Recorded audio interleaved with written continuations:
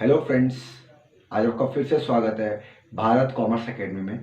मैं भारत सर आज आपके लिए एक नया कंसेप्ट लेके आया हूँ। आज हम पढ़ेंगे 12th की बिजनेस। गाइस, मैंने आपको पिछले ही वीडियो में बताया था कि मैं आपको 11th की बिजनेस अकाउंट और इको पढ़ाऊंगा और साथ से 12th की इको अकाउंट बिजनेस पढ़ाऊंगा। तो आज वो दिन आ गया है कि मैं आज आपको 12th की बिजनेस पढ़ाऊँ। देखो, बिजनेस जो है मोस्ट इम्पॉर्टेंट पार्ट है एक कॉमर्स सब्जेक्ट का। अकाउंट्स है, इको है और आज हम पढ़ेंगे बिजनेस। ये जो आप 12th की जो बिजनेस पढ़ोगे इसके अंदर जो हम बात करेंगे प्रॉपर एक मैनेजमेंट की बात करेंगे कि मैनेजमेंट क्या है, मैनेजमेंट ऐसा क्या है। क्योंकि मैनेजमेंट एक ऐसी चीज है जिसके बिना आप कोई भी बिजनेस नहीं कर सकते। तो आज हम पढ़ेंगे सबसे पहला चैप्टर जो है हमारे बिजनेस का, वो है मैनेजमेंट एंड इंट्रोडक्शन। इसका मतलब कि मैं आज आपको बताऊंगा कि मैनेजमेंट के अंदर हम क्या क्या बातें करेंगे और क्या क्या होता है। तो चलो पढ़ते हैं मैनेजमेंट। गाइस, आज हम पढ़ रहे हैं मैनेजमेंट। मैनेजमेंट के पहले बारे में हम मीनिंग की बात करेंगे, उसके बाद बात करेंगे उसके फीचर्स की। फीचर्स बहुत सारे हैं लेकिन मैं आपको धीरे धीरे करके सारे फीचर्स के बारे में बताऊंगा। आज हम बहुत इंटरेस्टिंग टॉपिक पढ़ने जा रहे हैं कि मैनेजमेंट। मैनेजमेंट क्या है? मैनेजमेंट हम सबके घरों में यूज होती है। कोई भी काम को करने के लिए हमें मैनेजमेंट की बहुत जरूरत पड़ती है। मैनेजमेंट एक वो प्रोसेस है जो किसी काम को करने से पहले किसी चीज़ की प्लानिंग करते हैं, ऑर्गेनाइजेशन करते हैं, उसकी डायरेक्टिंग करते हैं, स्टाफिंग करते हैं एंड कंट्रोलिंग। मैनेजमेंट के अंदर 5 पॉइंट जो है बहुत मेन है, जो आपको आगे पर्टिकुलर एक चैप्टर के अंदर, अलग चैप्टर के अंदर पढ़ने पड़ेंगे। वो ये है कि मैनेजमेंट के अंदर सबसे पहले होती है प्लानिंग। किसी भी काम को करने से पहले आपको करनी पड़ेगी प्लानिंग। फिर उसमें होते हैं ऑर्गेनाइजेशन। आप अपने घर में अगर कोई काम की प्लानिंग करो तो आप अपने बड़े जनों से या किसी से भी उस काम को सलाह लोगे कि हम ये काम करें ना करें। ऐसे ही कंपनी के अंदर होता है, एक ऑर्गेनाइजेशन होता है, वो पैनल बैठता है और ये डिसाइड करता है कि हमें काम करना है या नहीं करना। उसके बाद हम बात करते हैं स्टाफिंग की। तो इसके अंदर स्टाफ आता है सारा का सारा, हर किसी को अपना अपना काम की रिस्पॉन्सिबिलिटी सौंप दी जाती है। फिर होता है डायरेक्टिंग कि काम को कैसे करना है, कितने समय में करना है, वो पूरा डायरेक्टिंग की जाती है कि हमें इतना टारगेट है, इतने समय करना है। और लास्ट ईयर अंदर था कंट्रोलिंग। क्या जो हमने काम डिसाइड किया है क्या वो टाइम पे हो रहा है, उसको कहते हैं कंट्रोलिंग। तो मैनेजमेंट के बारे में हमने जाना है वो ये है कि मैनेजमेंट एक ग्रुप इफेक्टिव है जो सब मिलके काम करते हैं किसी एक ऑब्जेक्टिव को पाने के लिए। इसके अंदर में planning, organisation, staffing, directing, controlling, इन सभी को लेके चलना पड़ता है। अब फीचर्स के बारे में बात करें तो पहला फीचर है इसका, it is a goal group effective. देखो, ग्रुप इफेक्टिव नाम से पता चल रहा है कि ग्रुप ग्रुप का मतलब क्या था कि सारे लोग मिलके काम करते हैं। मैनेजमेंट के अंदर सबका ना एक ही एम होता है कि अपनी कंपनी को प्रॉफिट पहुंचाना, ना कि पर्टिकुलर ऑनर का एम है कि वो अपनी कंपनी को प्रॉफिट पहुंचाए। इसके अंदर सारे लोग ग्रुप इफेक्टिव यानी कि सारे लोग मिलके काम करते हैं अपनी कंपनी को प्रॉफिट पहुंचाने के लिए, तभी तो मैनेजमेंट कहलाता है। कि हाँ, अगर आप कहीं भी जाते हो आप बोलते ना यार यहाँ की मैनेजमेंट बहुत बेकार है, ये सब मिलके एक साथ काम करते हैं एक दूसरे के बारे में। क्यों? क्योंकि यह बहुत अच्छी मैनेजमेंट देखो जो अपनी कंपनी के बारे में अच्छा सोच रही है। क्यों? क्योंकि वो सारे मिलके काम करते हैं। जब आप किसी काम को मिलके करोगे तभी तो ग्रुप इफेक्टिव कहलाओगे। मैनेजमेंट एक इंसान से नहीं, सब लोगों के मिलने से मैनेजमेंट का जन्म होता है, यानी कि मैनेजमेंट बनती है। उसका मेरा पहला पॉइंट है management is a group effective, कि ग्रुप से ही इफेक्ट आता है, यानी कि जब ग्रुप में सारे काम करेंगे तभी इसका अच्छा रंग देखने को आपको मिलेगा। दूसरा पॉइंट पे जाते हैं, मैनेजमेंट से गोल ओरिएंटेड प्रोसेस। अब गोल से पता चल रहा है आपको कि गोल का मतलब क्या है, हमारा ड्रीम। किसी भी काम को करने के लिए सबका गोल होता है। आपका भी अपने जीवन में कोई ना कोई गोल होगा, कंपनी का भी अपना एक गोल होता है कि अच्छा प्रॉफिट कमाना। अब ये गोल ओरिएंट है, जब सारे लोग मिलकर काम करते हैं और सबका एक ही गोल होता है कि हमें अपना काम बेस्ट से बेस्ट देना है, तो सबको अपनी अपनी रिस्पॉन्सिबिलिटी दी जाती है कि आप अपना काम बेस्ट से बेस्ट करो। तो मैनेजमेंट एक गोल ओरिएंट है जिसमें सबको अपना अपना गोल पता है कि सबको क्या क्या कार्य करना है, यानी क्या क्या काम करना है, तभी वो अच्छे से काम कर पाता है। अब है it is a destination entity. Guys देखो, कोई भी एम्प्लॉय है, सॉरी, कोई भी आपका ऑनर है, वो पैसा तो लगा सकता है लेकिन वो सारा काम खुद नहीं कर सकता। आप अगर एक कंपनी खोलते हो तो आपने पैसा तो लगा दिया, अब आप लेबर की जगह काम तो नहीं करोगे ना, आप मार्केटिंग तो नहीं करोगे ना। ऐसे ही इसके अंदर भी ये बात है कि ऑनर पैसा लगा देता है, उसके बाद वो पूरा स्टाफ रखता है उस काम को करने के लिए कि काम को करना कैसे, सबको डायरेक्शन प्रोवाइड करता है मैनेजमेंट ऑनर, और उसके बाद काम सब अपने अपनी रिस्पॉन्सिबिलिटी पे करते हैं। अब हम नेक्स्ट टॉपिक पढ़ते हैं। गाइस, हमारा फोर्थ टॉपिक है management is a intangible force. देखो, इंटेंजिबल का मतलब क्या होता है, जिसे हम टच नहीं कर सकते। हमने अकाउंट से पढ़ा था टेंजेबल और इंटेंजिबल। टेंजेबल का मतलब हम टच कर सकते हैं और इंटेंजिबल का मतलब हम टच नहीं कर सकते। तो ये भी एक इंटेंजिबल फोर्स है। जो मैनेजमेंट है ना, इसको आप जो काम करते हैं हम अपनी अंदरूनी खुद की उस फोर्स से करते हैं, हम उसे टच नहीं करते। लेकिन अगर आप अवेलेबिलिटी आपके अंदर कोई काम की, तभी तो आप मैनेजमेंट के अंदर बैठे हो। मैनेजमेंट को हम फील करते हैं कि हमें काम को करना है, क्यों देखो मैनेजमेंट कितनी अच्छी है, काम को कैसे कर रही है, कितने अच्छे तरीके से करके दिखा रही है। हम उसको टच नहीं कर रहे, वी जस्ट फील। अंदर से फोर्स है उनके काम करने की। हमें मैनेजमेंट को अंदर से फोर्स होती है कि हमको अच्छा सा काम करना है और अपनी कंपनी को अच्छा सा प्रॉफिट पहुंचाना है। तो वो एक अंदरूनी चीज लेके आते हैं, यानी कि इंटेंजिबल है, यानी कि अंदर से फोर्स लेके आते हैं जिससे we can feel but we can not touch. अगला हमारा टॉपिक है मैनेजमेंट इज ए प्रोसेस। देखो कोई भी काम को करने के लिए हमें प्रोसेस की जरूरत पड़ती है, जैसे कि planning, controlling, organization, staffing, directing. तो मैनेजमेंट जो है एक प्रोसेस है। इस प्रोसेस के अंदर planning, controlling, organization, staffing, directing और ये सब आता है। इस प्रोसेस के बिना मैनेजमेंट बिल्कुल नहीं है। तो ये मैनेजमेंट के प्रोसेस है जो इसके अंदर आते हैं। मैनेजमेंट से इन बॉन्ड। इन बॉन्ड का मतलब क्या होता है? अंदर से आना।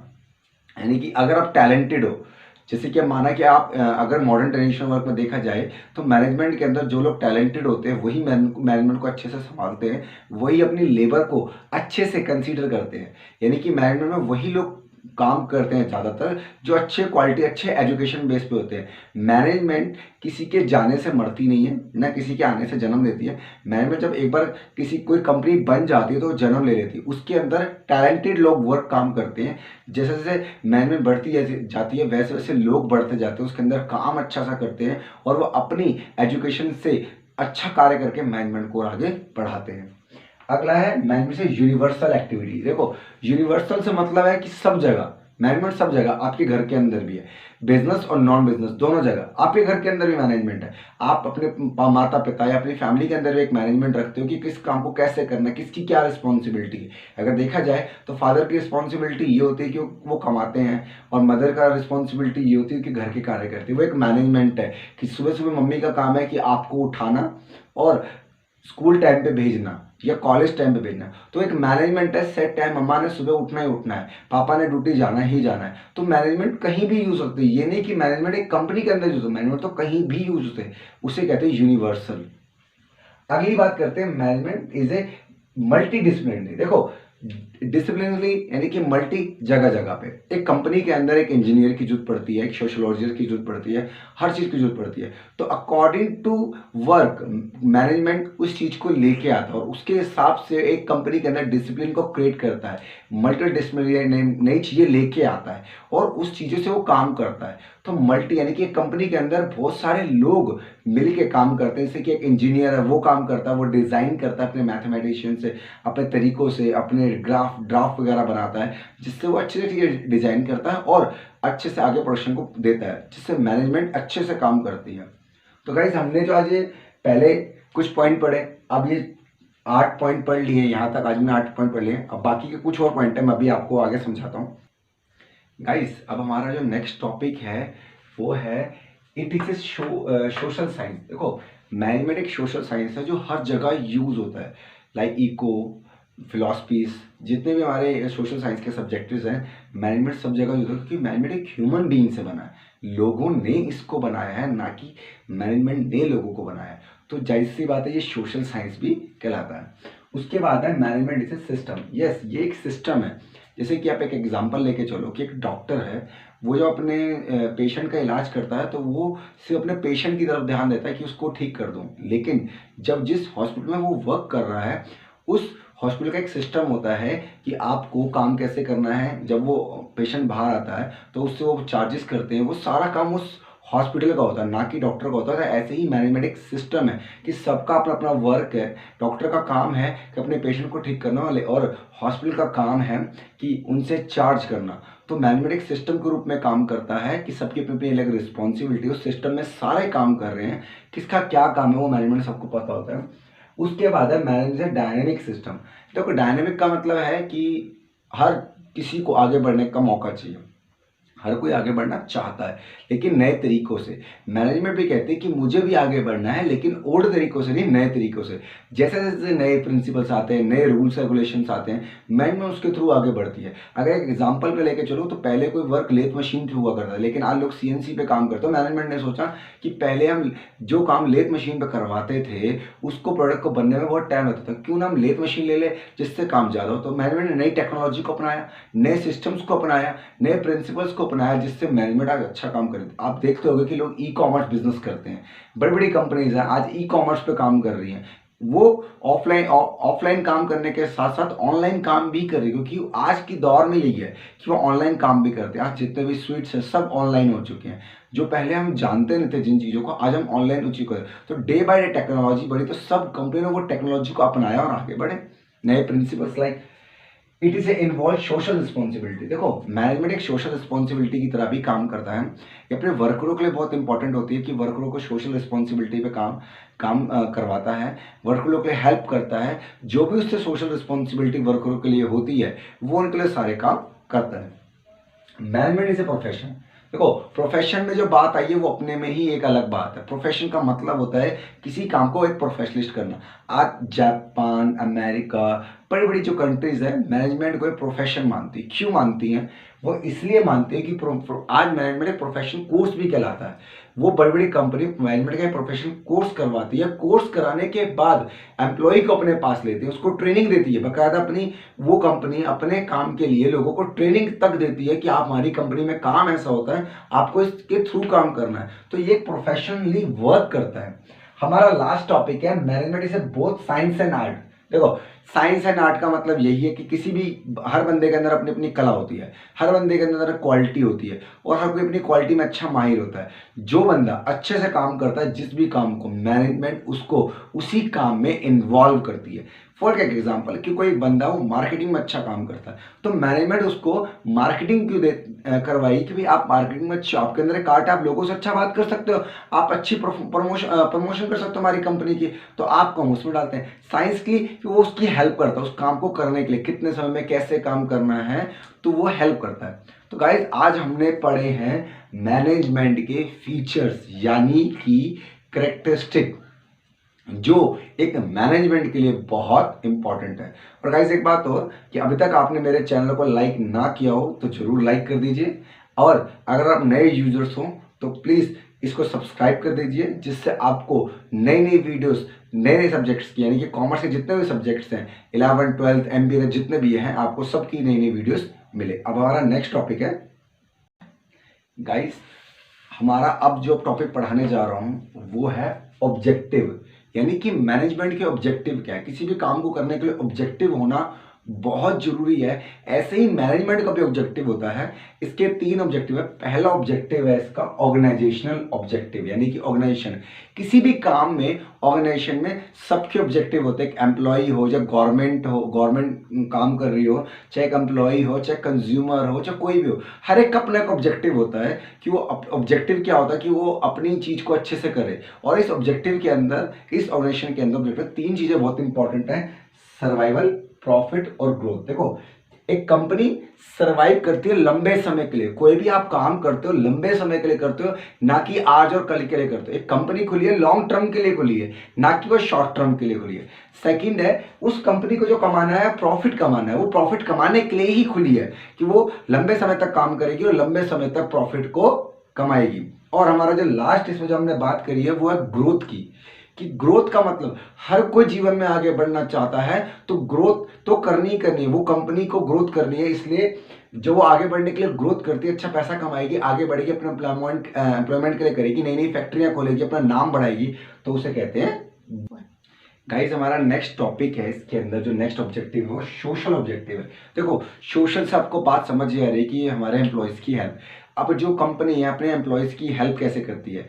पहला तो उन्हें अपॉर्चुनिटी देके, जैसे कि कोई अच्छा एम्प्लॉय काम कर रहा है तो कंपनी की रिस्पॉन्सिबिलिटी बनती है कि उसे अच्छी सी अपॉर्चुनिटी दे, आगे काम करने में उसकी मदद करे। और साथ साथ जैसे कि कोई एम्प्लॉय अच्छा सा काम कर रहा है तो हम उसे कहते हैं प्रमोशन दे देते हैं, भाई आज तक अपॉर्चुनिटी मिली तो प्रमोशन ले, अच्छा सा काम कर, वो उसकी सोशल रिस्पॉन्सिबिलिटी। हमने ESI EPF दे दिया उसे, क्यों दे दिया? क्योंकि उसके लिए चाहिए। और हमने उसके लिए कोई बेनिफिट के लिए कार्य कर दिया, बोनस वगैरह दे दिया, या सम टाइम कोई फंड वगैरह उसको दे दिए, उसकी हेल्प कर दी कंपनी ने, किसी भी रीज़न से उसकी सोशली हेल्प करना वो सोशल रिस्पॉन्सिबिलिटी में आता है।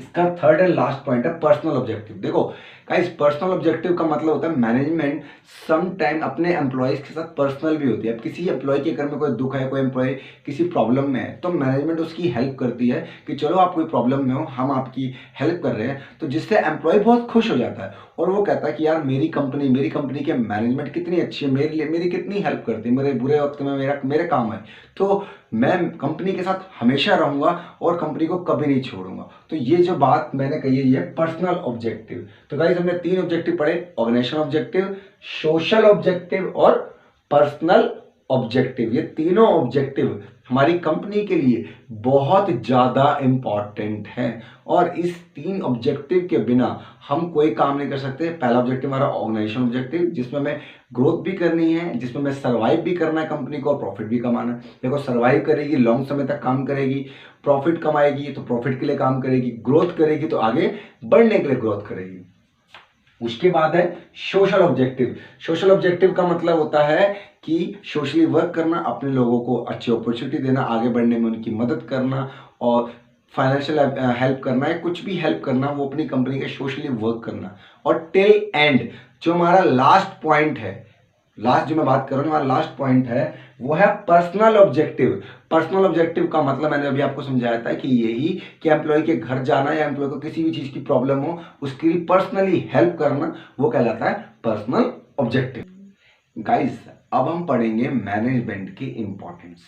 देखो इंपॉर्टेंस तो मोस्ट इंपॉर्टेंट है, किसी भी काम को करने के लिए उसकी इंपॉर्टेंस होना बहुत जरूरी है। जैसे मैनेजमेंट की इंपॉर्टेंस है, सबसे पहले इसकी इंपॉर्टेंस जो हम पढ़ेंगे अचीविंग प्री डिटर्मिनेशन ऑब्जेक्टिव। देखो हर किसी का एम होता है, हर मैनेजमेंट का एक एम होता है कि उसको अच्छे से अच्छे प्रॉफिट कमाना है, आगे बढ़ना है, इसलिए वो कोई भी प्रोडक्ट को बनाती है, उसका मेन जो एम होता है कि प्रॉफिट कमाना। तो सबसे पहले करती है उसका प्लान, फिर उसके लिए ऑर्गेनाइजेशन क्रिएट करती है, फिर सबको एक जॉब असाइन करती है उस अकॉर्डिंग टू उनकी क्वालिटी के हिसाब से, क्योंकि उसका एक एम है कि अपने बिजनेस को सक्सेसफुली आगे बढ़ाए और अच्छे से अच्छा प्रॉफिट कमाए।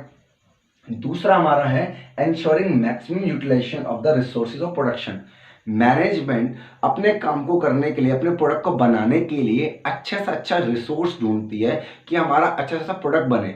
नई मशीनें लेके आती है, वर्कर्स की हेल्प लेती है कि ज़्यादा वर्कर रखती है कि हमारा प्रोडक्ट स्मूथली वर्क करे, स्मूथली बने, कम समय में ज़्यादा प्रोडक्ट बने। क्योंकि उसको जब तक उसकी प्रोडक्शन मार्केट में ज़्यादा नहीं जाएगी, ज़्यादा तक सप्लाई नहीं जाएगी, तो जब अगर कल को डिमांड होगी तो उसकी कॉम्पिटिशन खराब हो जाएगा। तो मैनेजमेंट खुद चाहती है कि जब भी कस्टमर डिमांड करे हमारा प्रोडक्ट उसको अवेलेबल हो जाए।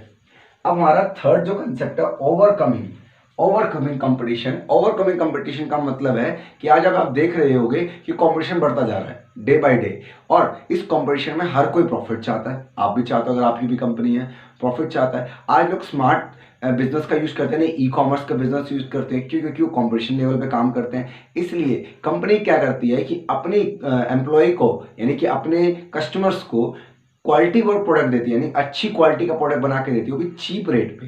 यानी कि चीप का समझते हो ना, कम क्वालिटी में। यानी कि अगर 50 रुपए का टूथपेस्ट है तो कंपनी की मेन पॉइंट है कि 50 रुपए के टूथपेस्ट में हमारा कस्टमर सेटिस्फाइड हो जाए और हमें 50 रुपए मिल भी जाए, जो कस्टमर अफोर्ड कर ले कि हाँ 50 रुपए में मैं सेटिस्फाई हूँ। तो इसका मतलब कि ये हो गया कि हमारा ओवरकमिंग कॉम्पिटिशन।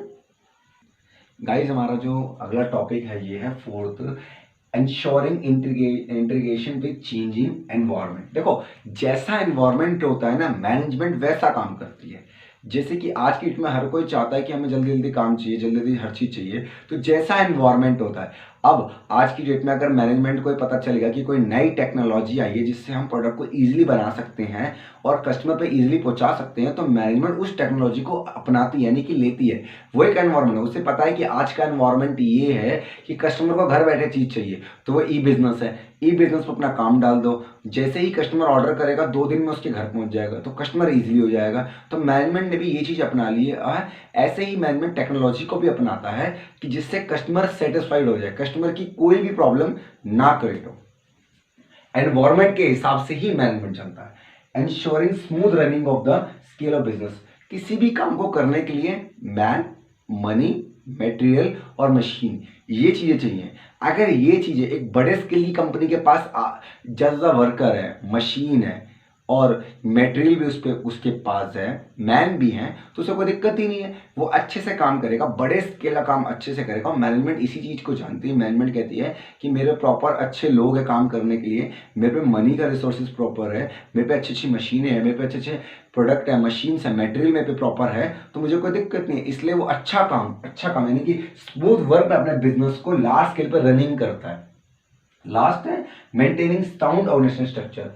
इसका मतलब क्या होता है कि एक कंपनी के अंदर सुपरवाइजर होता है और सबऑर्डिनेट्स होता है। इनके बीच का अगर तालमेल अगर बढ़िया होगा ना तो काम करना बड़ा अच्छा होगा। मैनेजमेंट यही चीज करती है कि सीनियर और जूनियर के बीच में तालमेल को इतना अच्छा करते हैं कि जूनियर को काम करने में कोई प्रॉब्लम ना है और सीनियर को काम करने में प्रॉब्लम है। जब इन दोनों को काम करने में कोई प्रॉब्लम नहीं आएगी तो वर्क अच्छे से चलेगा।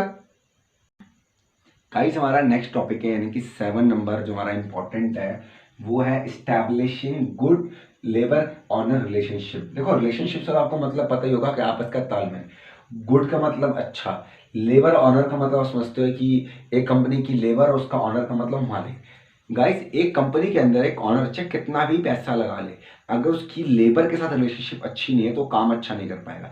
इसलिए कंपनी का मेन मकसद ये होता है कि मैनेजमेंट का जो मेन मकसद होता है कि वो अपने लेबर के साथ अच्छा तालमेल बना के रखें। वो कैसे करते हैं? पहले क्या होता था कि कंपनी में कोई यूनियन नहीं होती थी, लेबर की कोई यूनियन नहीं होती थी, इसलिए कंपनी मन चाहे काम करवाती थी और प्रॉफिटेबल कमाती थी। लेकिन अब ना कंपनी के अंदर एक यूनियन होती लेबर की, तो इसलिए कंपनी के मैनेजमेंट जो होती है वो अपनी लेबर की यूनियन के साथ यानी कि लेबर्स के साथ इतना अच्छा तालमेल बना के रखती है कि उनको कोई दिक्कत ना आए, जिससे कि कंपनी स्मूथली वर्क करे। अगर लेबर अच्छे से काम कर रहा है ना, लेबर वर्क अगर अच्छे से काम कर रहा है तो आप ये 100% श्योर है कि कंपनी की ग्रोथ होनी ही है, क्योंकि लेबर खुश तो सब खुश। हमारा नेक्स्ट है 8 पॉइंट कि giving important to research and investigation. Management हमेशा इंपॉर्टेंट देती है रिसर्च एंड इन्वेस्टिगेशन। क्यों? क्योंकि उसका मेन टारगेट होता है कि रिसर्च करो, नई नई चीजें रिसर्च करो। अगर जब आप नई नई चीजें रिसर्च करोगे तो हमें प्रॉफिट होगा, हम मार्केट में चीज को लेके आएंगे। तो मैनेजमेंट ऑलवेज अपनी कंपनी के बारे में, अपने प्रोडक्ट के बारे में इतना रिसर्च करती है कि क्यों? क्योंकि फ्यूचरिस्टिक होती है और रिसर्च पे ज्यादा ध्यान देती है, क्योंकि वो अच्छा काम करना चाहते हैं और अपने कंपनी के लिए। हमारा 9 पॉइंट है fulfilling the social responsibility. Management का जो काम होता है वो सोशल रिस्पॉन्सिबिलिटी का भी होता है कि अपने एम्प्लॉयज़ के लिए वो सोशली वर्क करे, कस्टमर्स के लिए सोशली वर्क करे, सभी के लिए सोशली वर्क करे। जैसे कस्टमर के लिए सोशली वर्क को क्या करती है कि कस्टमर ने जैसे ही ऑर्डर दिया उसको कुछ ही समय में ऑर्डर पहुंचा दिया, या कभी कभी हम उसे कुछ गिफ्ट भी दे देते हैं। और एम्प्लॉयज़ के लिए क्या होता है कि एम्प्लॉयज़ को कुछ बेनिफिट चीज़ दे दी, या कभी कोई इवेंट करवा दिया, या अपने एम्प्लॉयज़ को कुछ कूपन्स दे दिए, या कहीं टूर पे ले गए। तो वो सोशल रिस्पॉन्सिबिलिटी है, जिससे ना एम्प्लॉय जो होता है वो खुश हो जाता है, कहता है मेरी कंपनी मेरे लिए इतना अच्छा कर रही है, मेरे मैनेजमेंट मेरे लिए इतना अच्छा कर रही है, तो मैं क्यों ना अपनी कंपनी के लिए इतना अच्छा करूं। हमारा लास्ट पॉइंट है 10वां point, aiming at increasing profit. Guys M का मतलब आप समझ ही रहे हो, यानी कि हमारे ड्रीम्स, और प्रॉफिट का मतलब आप समझ रहे हो कि हमारा प्रॉफिट। इंक्रीज का मतलब जाहिर सी बात आप समझ रहे हो कि इस टॉपिक का मेन मकसद क्या है कि मैनेजमेंट का जो मेन मकसद होता है वो होता है कि अपने प्रॉफिट को इंक्रीज करना। जब तक वो अपने प्रॉफिट को इंक्रीज नहीं करेगी वो कुछ नहीं कमाएगी। तो उसका फर्स्ट एंड लास्ट ड्रीम होता है प्रॉफिट को इंक्रीज करना। और गाइज अगर आपने मेरे चैनल को सब्सक्राइब ना किया हो, यानी कि अगर आप नए यूजर्स हो और आपने सब्सक्राइब ना किया हो तो प्लीज सब्सक्राइब कर दीजिए, जिससे आपको अच्छी अच्छी वीडियो देखने को मिले। और अगर आपने अभी तक इस वीडियो को लाइक ना किया हो तो लाइक कर दीजिए, और इसको अगर आप लाइक कर देंगे तो बहुत चीज़ें आपको अच्छी अच्छी देखने को मिलेगी। और thank you for watching this.